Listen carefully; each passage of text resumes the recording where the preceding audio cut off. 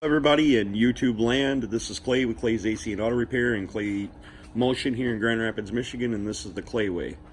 So today we're working on a 2009 Volkswagen Passat. We've done a couple things to this over the past couple months, and we've got a problem with the rear wheels being bent in like this. So we took it over for a four-wheel alignment because here at the shop we don't have that type of equipment to be able to do it, and they told us a couple things that we needed to address. And the one thing in particular that we're going to address today is the lateral bars on the rear, and it's pretty simple to take these things out, so I'm not going to go into great detail on that. But remember, if anyone else can do it, you can do it too. So Jeff has made us this awesome pad to be able to lay on underneath the car while we do this work.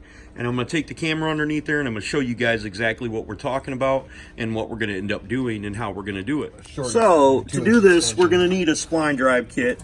And I believe this is the ZM10. Yeah, something like that thing right there. I'm going to need like XZN10 to be able to loosen up the bolts on. So, on our application, the bar that we're changing right here is called the lateral bar.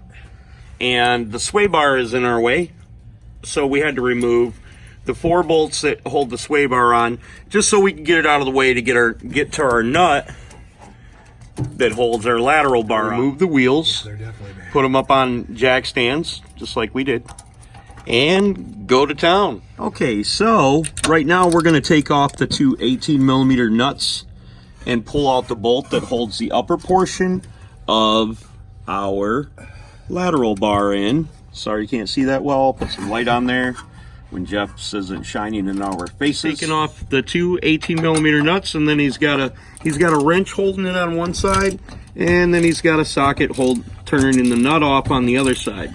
We'll see what kind of complications there are once we get the nut off the bolt on getting the bolt out, because sometimes they like to seize inside the barrels. No, that's free. That might be fun. Oh, that's a long. So what we did was we just used the electric ratchet to screw the screw out. Basically, with the pressure that's applied to it, hopefully it'll screw out for you. I did have to take my finger and put it on one side to get it started a little bit, but then it worked itself out just like it was threaded in.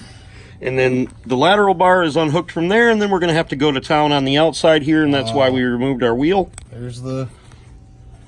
Oh yeah, that was definitely bad. It's definitely bad. It was definitely bad. I don't think that inner part is supposed to come out, folks, but no. We'll see. Outermost portion here, we're going to need 21mm nut and a ratchet.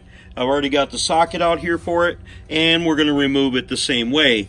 The nut stays on the inside, and the bolt is pushed through on the outside.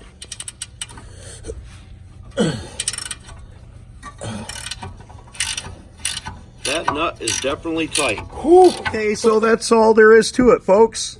Out with the old and in with the new. I hope this was helpful for you. Remember, if anyone else can do it, you can do it too. God bless. Have a great day.